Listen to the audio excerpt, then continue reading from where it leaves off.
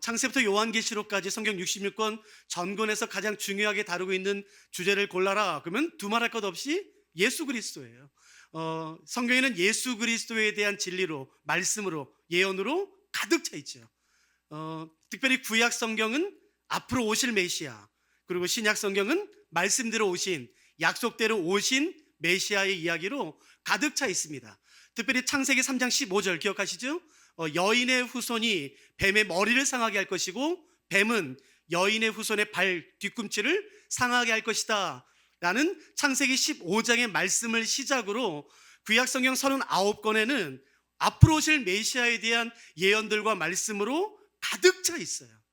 어떤 단어, 어떤 개념, 절기, 제사, 사람, 사건, 이야기들을 통해서 예수님이 어떤 분인지, 메시아가 어떤 분이신지, 오셔서 어떤 일을 하실 것인지, 특별히 어느 지파에서 태어나실 것이고 어떤 혈통으로 오실 것뿐만 아니라 심지어는 특별히 어느 장소에서 태어날 것인지 지명까지 성경에는 자세히 나와 있습니다. 그러니까 이 구약을 가지고 있었던, 구약을 알고 있었던 유대인들은 메시아가 오실 것을 알고 있었어요. 아는 것뿐만 아니라 믿었죠.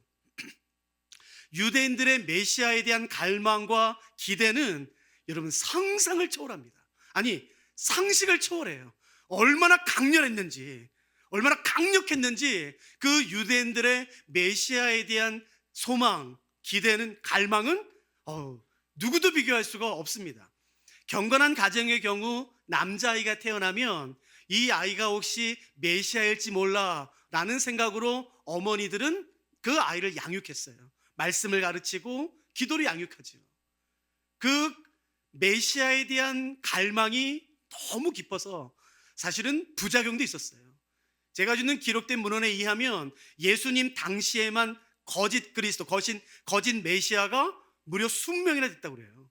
그러니까 모든 시대마다 내가 메시아야, 내가 메시아야. 그 거짓 메시아가 나올 때마다 유대인들은 알면서 속아요. 왜냐하면 너무 간절했어요. 그 간절함이 상식을 뛰어넘었기 때문에 알면서도 넘어가요. 그러나 긍정적인 것은 뭐냐면은 그 유대인의 메시아 갈망 사상으로 말미암아 개인의 삶에 있어서 혹은 유대인 민족과 나라에 있어서의 고난과 환난과 핍박의 상황에서도 굴하지 않고 진멸되지 않고 소망을 가질 수가 있었지요. 근데 문제는 뭐냐면은 사람들이 가지고 있었던 메시아에 대한 기대, 모습과 진짜 성경에 언급된 메시아의 모습이 너무 달라요. 180도 달라요. 성경에 언급된 메시아의 모습을 보면 이게 정말 메시아인가?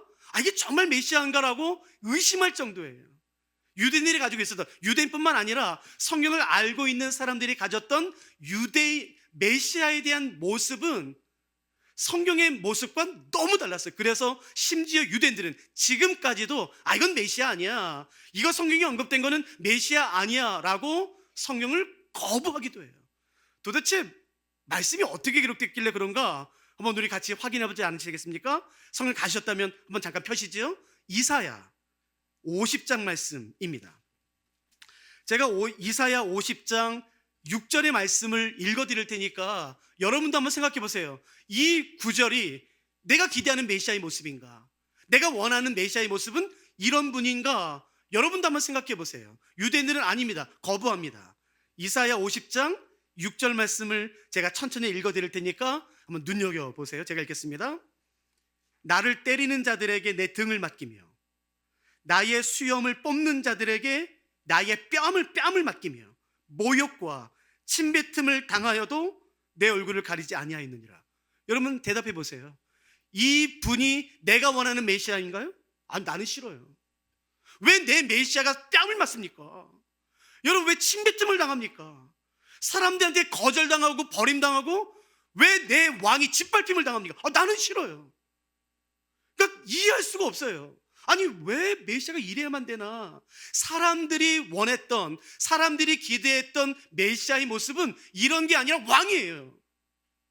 위엄 있는, 영광 있는, 이 세상에서 발견할 수 없는 그 휘황찬란한 면류관을 쓰고 그 값진 옷을 입고 망토를 두르고 흰 큰 말을 타고 옆에는 긴 칼을 차고 셀 수 없는, 누구도 셀 수 없는 수많은 군대를 거느리고 와서 감히 범접할 수 없는 그 위험 있는 영광스러운 왕을 기대하죠. 그래서 유대인들을 괴롭히는, 하나님의 백성을 괴롭히는 사람들을 한 발에 적을 멸절시키고 진멸시키고 그의 백성을 구원하는 그런 왕을 원해요. 유대인들은 생각했어요. 아니요, 사람들은 생각해요. 메시아가 오시기만 해봐라, 내가 단번에 알아챌 수 있어. 이분이 메시아야, 내가 알 수 있어. 아니요, 성경에 언급된 메시아는 메시아가 와도 사람들이 모른대요. 이게 메시아예요? 정말? 이건 거지지, 쓰레기 같은 사람 아니야. 마치 노숙자처럼. 어떻게 메시아가 이럴 수 있어? 어떻게 메시아가 버림을 당하고 수염 뽑히는 수치를 당하고 뺨을 맞을 수가 있어? 여러분, 한 구절만 더 읽어보시겠습니까? 조금만 넘기면은 이사야서 53장이 있어요. 53장 1절부터 8절, 길지만 이게 메시아의 가장 대표적인 본문이니까, 그리고 지금도 유대인들이 가장 거부하는 본문이니까요. 한번 보시죠. 이사야 53장 1절부터 제가 천천히 읽어드릴 테니까 한번 보세요. 우리가 전한 것을 누가 믿었느냐? 여호와의 팔이 누구에게 나타났느냐?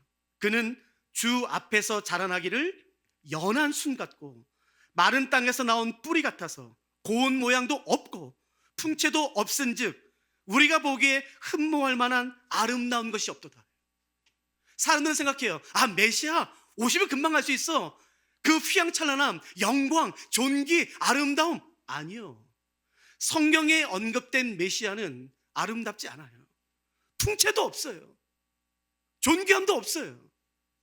3절, 그는 멸시를 받아 사람들에게 버림을 받았으며, 간고, 여기서 말하는 간고는 육체적인 정신적인 고통을 의미합니다.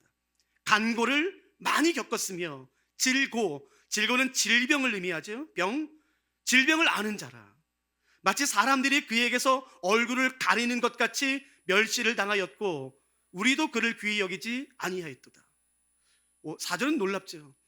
그는 실로 우리의 질고를 지고 우리의 슬픔을 당하였거늘 우리는 생각하기를 그는 징벌을 받아 하나님께 맞으며 고난을 당한다 하였노라. 그가 찔림은 우리의 허물 때문이요 그가 상함은 우리의 죄악 때문이라. 그가 징계를 받음으로 우리는 평화를 누리고 그가 채찍에 맞음으로 우리는 나음을 받았도다. 우리는 다 양 같아서 그릇 행하여 각기 제 길로 갔거늘 여호와께서는 우리 모두의 죄악을 그에게 담당시키셨도다. 그가 곤욕을 당하여 괴로울 때에도 그의 입을 열지 아니하였으며 마치 도수장으로 끌려가는 어린 양과 털 깎는 자 앞에서 잠잠한 양같이 그의 입을 열지 아니하였도다. 그는 곤욕과 신문을 당하고 끌려갔으나 그 세대 중에 누가 생각하기를 그가 살아있는 자들의 땅에서 끊어짐은 마땅히 형벌받을 내 백성의 허물 때문이라 하였으리요. 여러분, 어디를 봐도 우리가 원하는 메시아의 모습은 아니에요. 누가 봐도 죄인이에요. 고난당해요. 핍박당해요. 사람들에게 짓밟혀요. 거절당해요. 누구도 알아보지 못해요. 심지어 사람의 손에 죽습니다. 대답해 보세요. 어떻게 사람에게 버림받은 메시아가 사람을 구원할 수 있습니까? 어떻게 사람에게 짓밟힌 메시아가 사람을 구원할 수 있습니까? 능력도 없고 존귀함도 없고 아름다움도 없는 것처럼 보이는 그 메시아가 무슨 능력으로 사람을 구원합니까? 이것은 우리가 원하는 메시아의 모습이 아니에요. 나는 이런 왕 싫어요. 여러분, 저랑 한번 생각해 보시겠습니까? 여러분, 한번 상상해 보세요. 우리가 지금 하나님 앞에 서 있어요. 내가 지은 죄로 말미암아 그 하나님의 엄중한 심판과 진노, 분노 앞에 서 있어요. 누구도 감당할 수 없습니다. 그 내가 지은 죄에 대한 하나님의 엄중한 심판과 그 무시무시한 진노가 지금 내 머리맡에 있어요. 쏟아질 것 같은 그 임박한 진노, 누구도 감당할 수 없습니다. 저는 유럽에서 8년 반 정도 살다 왔는데 스위스 로잔에서 성경 가르칠 때에 저희는 수요일마다 나가서 전도했어요. 리본드 광장이라는 곳에서요. 한국 사람들도 있었고 전 세계 사람들이 다 와요. 전도하다 보면은 가끔씩 이런 말을 들어요. 그 말 들으면요 손이 떨려요. 손이. 지금도 그 말만 생각하면은 손이 떨려요. 모르겠어요. 그 말을 여러분도 과거에 하신 분이 계셨는지는 모르겠지만 그 말은 이 말이에요. 야, 하나님 심판 하시거래 까짓 거. 야, 심판하시라 그래. 내가 눈 하나 깜짝할 줄 알아? 야, 심판하시라 그래. 여러분, 그 말 하시면 안 돼요. 누구도 하나님의 심판을 감당할 수 없습니다. 그 죄에 대한 온 우주도 감당할 수 없는 그 광대하신 거룩한 하나님의 죄에 대한 분노와 심판과 그 진노는 누구도 감당할 수 없어요. 진멸됩니다. 몰라서 그렇게 말하는 거야. 야, 심판하시라 그래? 아니요, 그렇게 말하면 안 돼요. 그러니까 상상해 보세요. 내가 지은 죄로 말미암아 하나님의 진노와 심판과 분노의 직면에 있어요. 견딜 수 없어요. 이제 진멸되는 것이에요. 그 진노가 쏟아 부어지기 직전, 근데 갑자기 누가 내 어깨를 잡아요. 뭐지? 누가 내 어깨를 잡지? 쳐다봤더니 예수님이에요. 예수님 뭐 하시려고 그러나?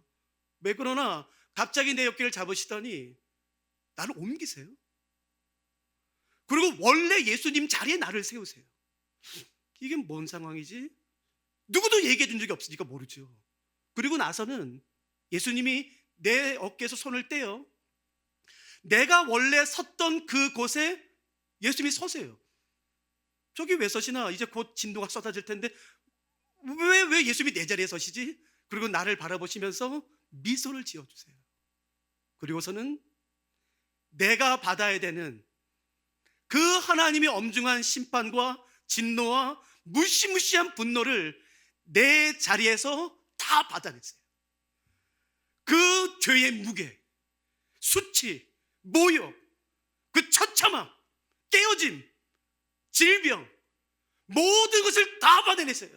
그 무게에 찐들리세요. 그래서 신음소리가 나오죠. 예수 그리스도께서 버려지심으로 말미암아 예수님의 자리에 서 있는 내가 용납받기 시작해요. 내 자리에서 예수 그리스도께서 죽으심으로 말미암아 예수님의 자리에서 내가 예수님의 생명을 얻어요. 예수님이 찢겨지심으로 말미암아 그 즐거움과 그 간고, 질병, 수치, 모욕으로 말미암아 찢겨지심으로 말미암아 대신 예수님의 자리에서 내가 나음을 입어요. 누가 감히 상상이나 했겠습니까? 메시아가 이런 방식으로 우리를 구원하실 것이라는 것을. 여러분, 누구도 상상하지 못했어요. 누구도 감히 예상하지 못했어요. 이렇게까지 하실 거라고 하는 것은 누구도 몰랐어요. 내 죄에 대한 하나님의 그 엄중한 심판과 그 무시무시한 진노가 쏟아지는 그 자리에서 동시에 구원이 일어났어요. 완벽한 절망의 자리에서 소망이 움텄어요. 완벽한 죽음에서 어디서난지 모르는 생명이 움트났습니다. 이 모든 것이 이루어진 것이 십자가예요. 절대 만날 수 없는 심판과 구원이 만났어요. 절대로 함께할 수 없는 그 죽음과 생명이 십자가에서 만났어요. 절망과 소망이, 버려짐과 용납함이 한자리 십자가에서 만났어요. 십자가에서 예수님은 내 신분을 죄인에서 의인으로 바꿔주셨어요. 십자가에서 예수님은 나의 죽음을 생명으로 바꿔주셨고, 십자가에서 예수님은 나의 절망과 어둠을 빛과 소망으로 바꿔주셨어요. 이 모든 것이 일어난 것이 바로 예수 그리스도의 십자가다라고 말하는 것이에요. 그러므로 십자가는 그게 어떤 상황이 되었든지 간에, 어떤 사람이 되었든지 간에, 어떤 장소가 되었든지 간에 십자가의 은혜가 임하기만 하면 거기 변화가 일어납니다. 여러분, 변화는 유튜브 강의 듣는다고 되지 않아요. 다짐한다고 되지 않습니다. 기가 막힌 동영상 본다고 되지 않아요. 변화는 오직 하나, 그곳에 예수 그리스도의 살아계신 십자가가 임할 때만 가능한 것이에요. 십자가는 여러분 개념이 아닌 것이에요. 철학적인 관념이 아닌 것이에요. 조직신학적인 신학의 이론이 아닌 것이에요. 십자가는 살아계신 삼위일체 하나님의 실존하는 능력인 것이에요. 누구든지 어느 장소든지 간에, 어느 때, 한밤중이든 새벽이든 한낮이든 여러분 그곳에, 그 사람에게, 그 상황에 예수 그리스도의 십자가의 은혜가 임하기만 하면 변화됩니다. 죽었다 깨어나도 내 남편은 안 된다. 아니요. 박해자였고 폭행자였고 비방자였던 사울이 십자가의 은혜를 맛보자 바울이 됩니다. 누구든 변화될 수 있는 것이에요. 그 변화의 능력이 십자가에 있습니다. 누가 오늘 이 십자가의 능력을 가지고 싶으세요? 맛보고 싶으세요? 누가 오늘 이 십자가의 능력을 붙잡길 원하십니까? 교회는 이 십자가 위에 세워진 것이에요. 다른 이론과 성공적인 그런 이론들이 아니라 교회는 복음 위에, 이 십자가 위에 세워진 것입니다. 사도 바울은 신약 성경 27권 가운데 무려 열쇠서신을 기록해요. 그 열쇠서신, 사도 바울의 열쇠서신을 가만히 살펴보다 보면은 아주 흥미로운 사실을 하나 발견하게 되는데, 그건 바로 뭐냐면은 사도 바울은 열쇠서신에서 굉장히 좋아하는 한 주제가 있다라는 사실이에요. 대부분의 성경에서 사도 바울이 이 주제를 다룹니다. 그 주제가 뭔지 아세요? 삼위일체 하나님의 구원입니다. 사도 바울은 이 주제를 정말 좋아해요. 그러나 특이한 것은 뭐냐면은 사도 바울은 삼위일체 하나님의 구원을 다룰 때마다 특별히 예수 그리스도의 십자가를 언급할 때는 항상 이 단어를 설명해요. 이 단어를 통해 예수 그리스도의 십자가와 구원을 설명하기를 굉장히 좋아합니다. 로마서가 그렇고 에베소서가 그렇고 골로새서가 그래요. 모두 이 단어가 나옵니다. 그 단어는 오늘 우리가 읽은 본문에 나오는 속량이라는 단어예요. 여러분 잠깐만 본문을 보시겠습니까? 24절에 이렇게 되어 있어요. 그리스도 예수 안에 있는 속량으로 말미암아 하나님의 은혜로 값없이 의롭다 하심을 얻은 자 되었느니라. 속량, 우리가 알지요. 여러분 속량이라는 단어는 오늘날 2022년 한국에서는 대부분 교회에서만 주로 사용합니다. 기독교에서만 주로 쓰지 다른 일반 세상에서는 거의 쓰지 않아요. 들리지가 않아요. 그래서 사람들이 속량은 기독교 용어야, 교회 용어야, 신학적인 용어야, 은혜로운 단어야 라고 생각하지만 아니요, 전혀 아닙니다. 속량이라는 단어는 예수님 당시, 사도 바울 당시에 교회에서 쓰던 단어가 아니라 교회 밖에 일반 로마 제국에서 일상생활에서 쓰던 단어가 바로 속량이라는 단어예요. 아니요, 일반 생활뿐만 아니라 로마 제국 안에서도 시장에서요. 그 시장 바닥에서 쓰던 단어이고 시장 중에서도 특별히 아주 미천한 천박한 가증스러운 노예 시장에서 주로 쓰던 단어가 속량이에요.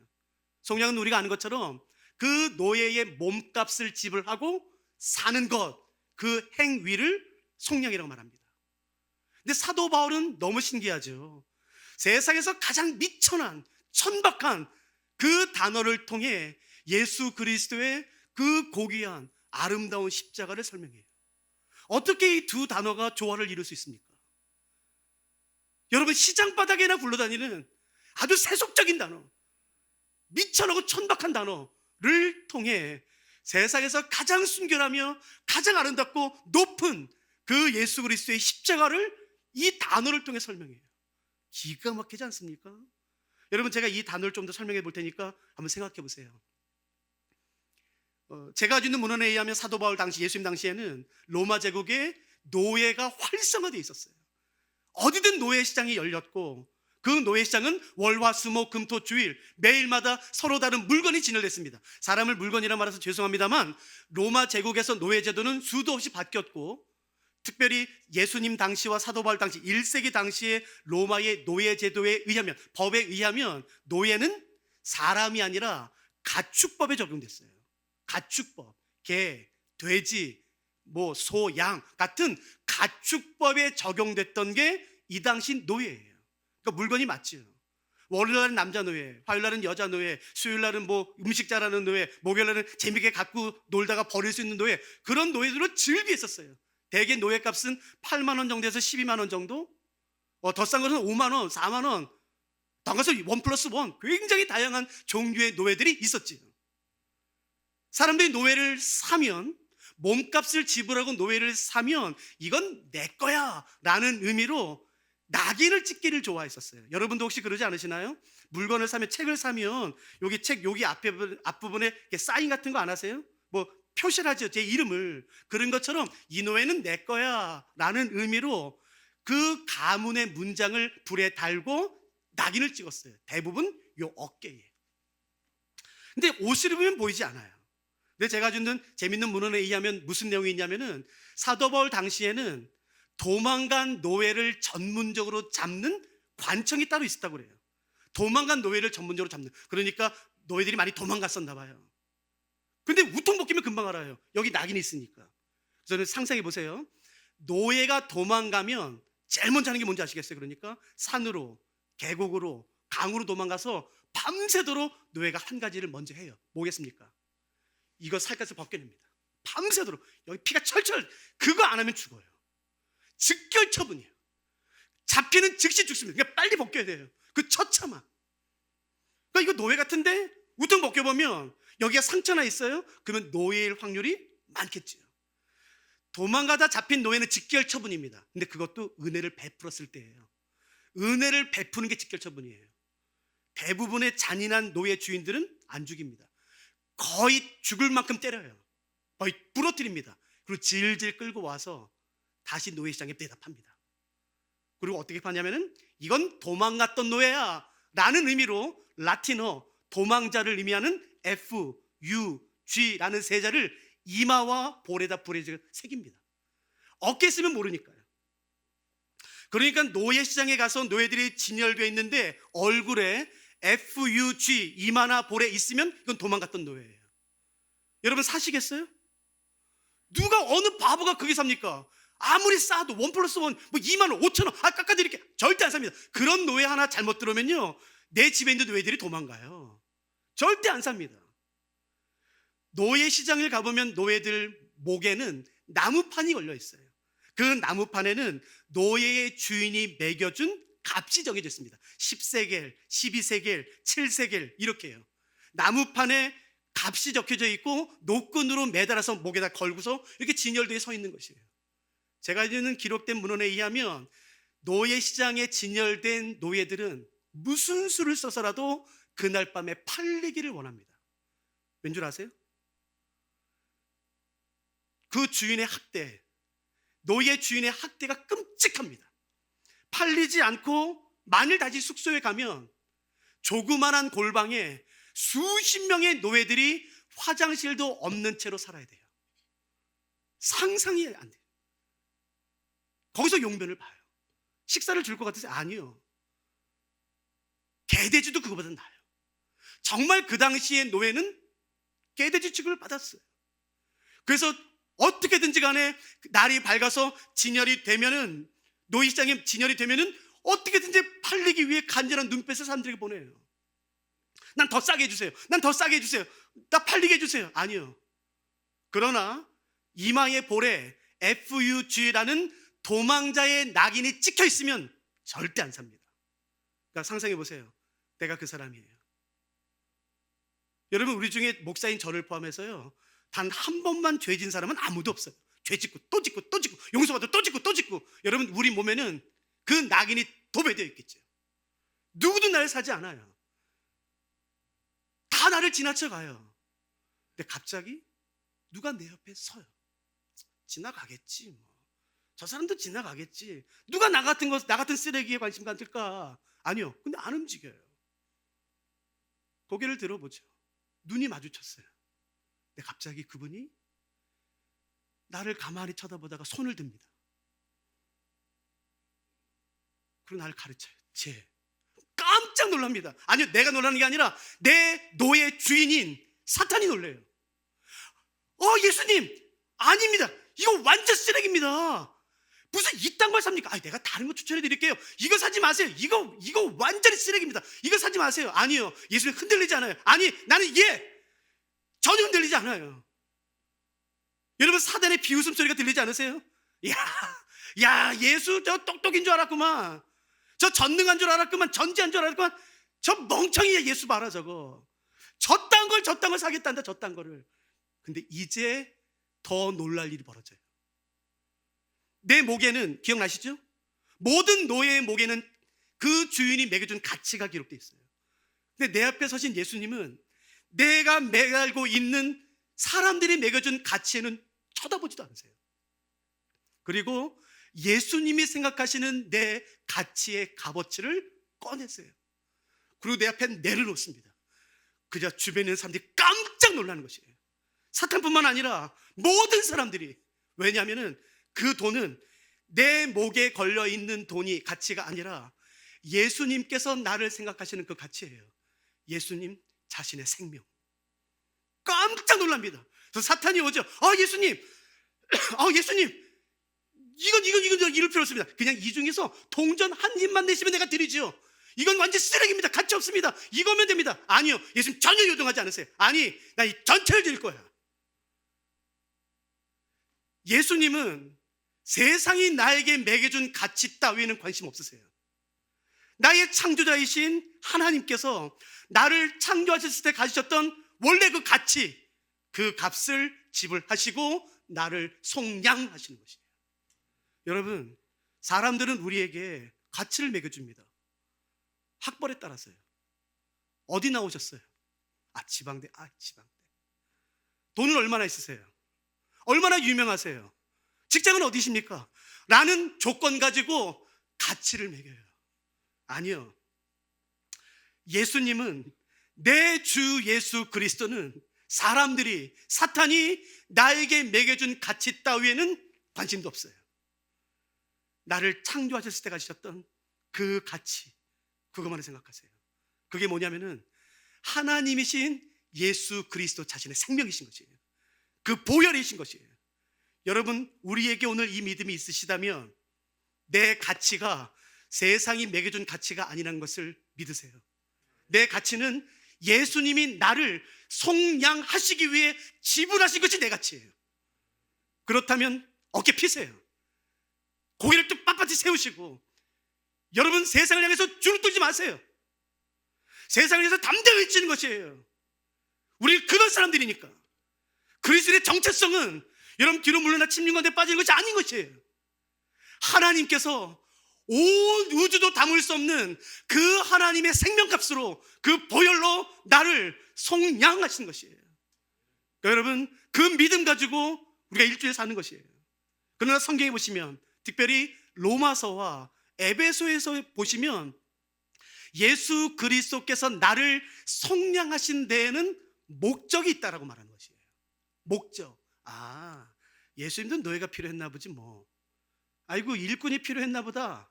아니요. 로마서와 에베소서는 명확히 말하죠. 하나님 예수 그리스도께서 자신의 보혈과 생명을 지불하시고 나를 속량하신 목적은 우리로 하여금 하나님의 자녀가 되도록 하기 위함이다 라고 말하는 것이에요.